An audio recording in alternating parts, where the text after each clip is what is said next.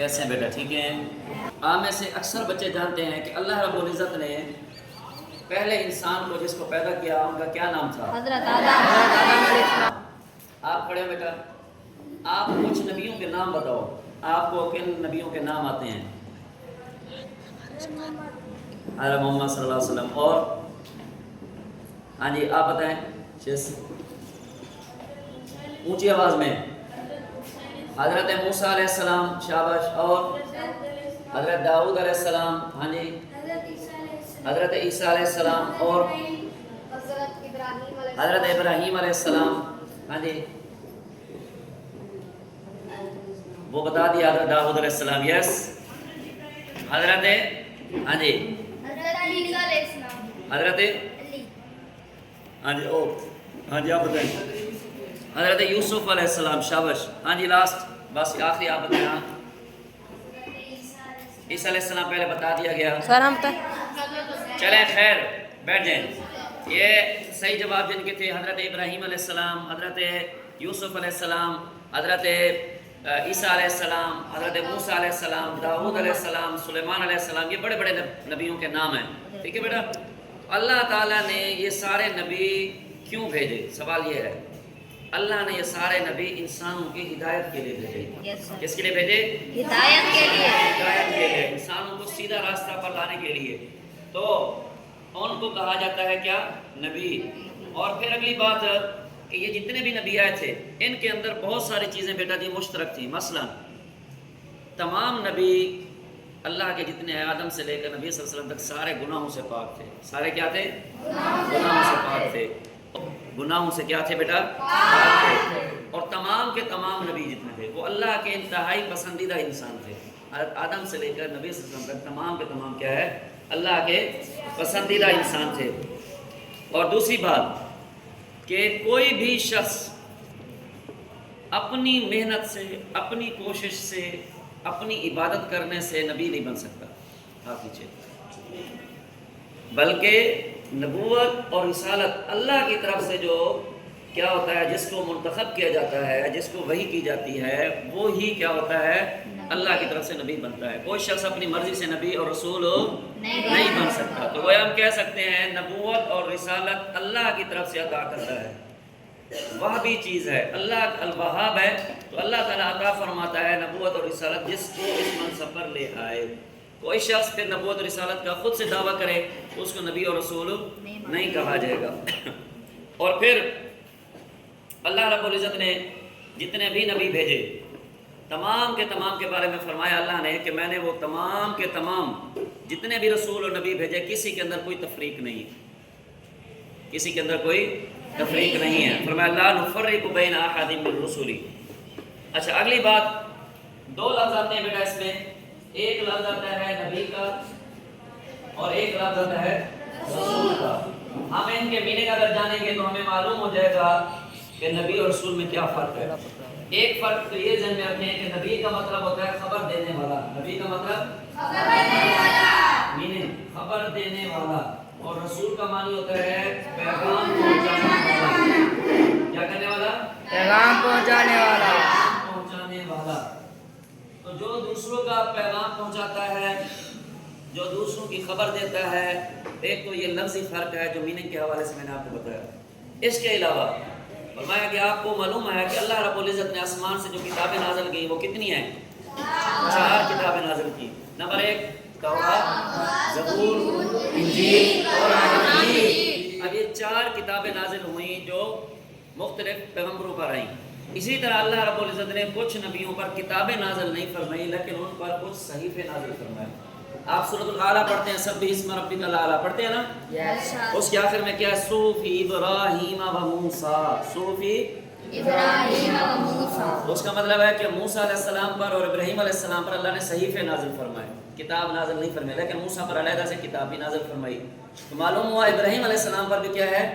صحیفے نازل ہوئے۔ تو آپ یہ کہیں گے کہ ایک تو نبی اور رسول، نبی اسے کہیں گے کہ جس کو کتاب یا کوئی صحیفہ نہیں ملا ہو، رسول اس کو کہیں گے کہ جس کو نئی کتاب اور نئے صحیفے ملے ہوں۔ تو اب آپ مجھے بتائیں حضرت داؤد علیہ السلام نبی بنے یا رسول؟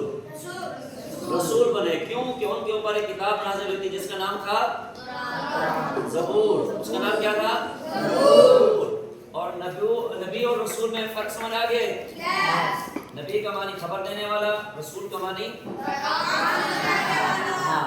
تو نبی وہ ہوتا ہے جس کو کتاب نہیں ملی، وہ پہلے والی کتاب لے کر اسی کی تعلیمات کو آگے پہنچائے گا.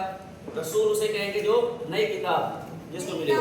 حضرت موسیٰ اور حضرت ہارون علیہ السلام دونوں بھائی تھے اور دونوں ہی پیغمبر تھے. آپ مجھے بتائیں گے کہ ان میں رسول کون تھے، نبی کون تھے؟ رسول بتائیں. شابش. حضرت موسیٰ علیہ السلام. شابش. کلیپ کریں اس کے لیے اچھی سی.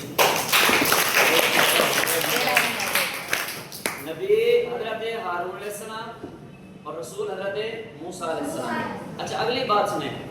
نبی تمام پیغمبروں کو کہا جاتا ہے. حضرت آدم سے لے کر حضرت محمد صلی اللہ علیہ وسلم تمام کے تمام نبی ہیں. تو آپ انگلش میں لفظ پڑھتے ہیں کامن ناؤن پراپر ناؤن پڑھتے ہیں نا.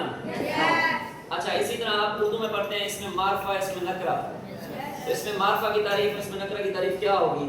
اس میں معرفہ بولتے ہیں جو خاص چیز کے لیے، نکرہ بولتے ہیں جو عام ہو. آپ کہیں گے کہ نکرہ کیا ہے؟ یہ عام لفظ ہے. کیا ہے؟ عام لفظ ہے کہ جو آدم سے لے کر حضرت محمد صلی اللہ علیہ وسلم تک تمام نبیوں کے لیے بولا جائے گا. جبکہ رسول کیا ہے؟ خاص لفظ ہے. وہ ان نبیوں پر بولا جائے گا کہ جن کے اوپر کیا ہوئی؟ یا جن کے اوپر کوئی صحیفہ نازل ہوا. فرق سمجھ آ گیا؟ فرق میں نے آپ کو بتا دیے. اگلی بات ہے کہ تمام رسول نبی ہیں. ہمارے نبی صلی اللہ علیہ وسلم کو علیحدہ سے ایک مقام دیا گیا. آپ ایک لفظ پڑھیں گے اس کے اندر مقام محمود 15واں پارہ آپ پڑھیں. اس کے اندر ہے وَمِنَ اللَّيْلِ فَتَهَجَّدْ بِهِ نَافِلَةً لَكَ عَسَىٰ أَن يَبْعَثَكَ رَبُّكَ مَقَامًا مَحْمُودًا. اس کا مطلب یہ ہے کہ نبی صلی اللہ علیہ وسلم کو قیامت کے دن اللہ رب العزت ایک ایسا منصب عطا فرمائیں گے جو آپ سے پہلے کسی کو عطا نہیں فرمایا گیا. تو وہ یہ ہوگا کہ آپ تمام انسانیت کی کیا کریں گے؟ شفاعت کریں گے. آپ تمام انسانیت کی کیا کریں گے؟ شفاعت کریں گے، سفارش کریں گے. جب محشر کا میدان ہے، لوگ گرمی میں کھڑے ہیں، تو وہاں اس وقت کیا کریں؟ نبی صلی اللہ علیہ وسلم سب کی شفاعت کریں گے کہ ان کا حساب کتاب شروع کیا جائے. اور دوسرا ہے شفاعت کبریٰ. اس کے اندر قیامت کے دن یہ بھی اسی طرح کے تمام لوگ کیا ہے شدت اور اللہ کی گرمی کی وجہ سے حساب کتاب شروع ہونے کے منتظر میں ہوں گے. تو اس کو شفاعت کبریٰ کہیں گے کہ جو آپ صلی اللہ علیہ وسلم محشر کے حوالے سے مقام محمود. اس کے علاوہ نبی صلی اللہ علیہ وسلم امت کی سفارش فرمائیں گے، گناہگار لوگوں کی بخشش فرمائیں گے، ٹھیک ہے، اللہ کی اجازت سے. اور تیسرا اس کے اندر ہے حوض کوثر. وہاں پر گرمی کی وجہ سے پیاس ہر ایک کو لگ رہی ہوگی. نبی صلی اللہ علیہ وسلم کو اللہ رب العزت ایک ایسا حوض عطا فرمائیں گے جس کو کوثر کہا گیا. اس حوض سے آپ اپنی امت کو کیا کریں گے؟ پانی پلائیں گے. اچھا آخر میں ہے اس کے اندر ختم نبوت. یہ اضافی خصوصی بات ختم نبوت. نبی صلی اللہ علیہ وسلم کے بعد اب آخر میں کوئی نبی قیامت تک نہیں آئے گا. قرآن پاک میں ہے ما کان محمد نبا احد من رجالکم ولکن رسول اللہ وخاتم النبیین. اسی طرح نبی صلی اللہ علیہ وسلم نے فرمایا لا نبی بعدی، کہ میں آخری نبی ہوں. تو آپ صلی اللہ علیہ وسلم کے بعد اگر کسی کو ہم نبی مانیں یا رسول مانیں تو یہ ہمارے ایمان کا حصہ نہیں ہے. ہمارے ایمان کا حصہ یہ ہے کہ نبی صلی اللہ علیہ وسلم کے بعد کوئی رسول یا نبی نہیں آئے گا قیامت تک. تو اس کو ہم کیا کہیں گے پھر؟ ختم نبوت. ختم نبوت پر ایمان لانا میرے آپ کے لیے ضروری ہے. آپ نے فرمایا کہ میرے بعد بہت سے لوگ ہوں گے جو نبوت کا دعویٰ کریں گے، لیکن یاد رکھو میں آخری نبی ہوں، میرے بعد کوئی نبی نہیں آئے گا. میں نے آپ نے آدم سے لے کر عیسیٰ علیہ السلام تک تمام نبیوں کو اللہ کا پیغمبر ماننا ہے. میرے آپ کے ایمان کا حصہ ہے. اس کے بغیر ہم مسلمان نہیں ہو سکتے. اور نبی صلی اللہ علیہ وسلم کے بعد پھر کسی اور کو اپنا نبی ماننا یہ بھی میرے آپ کے ایمان کا حصہ ہے کہ آپ صلی اللہ علیہ وسلم کے بعد کسی نے اگر نبوت کا دعویٰ کیا تو وہ جھوٹا، کذاب اور لعین ہے، لعنتی ہے. میرا آپ کا اس سے کوئی تعلق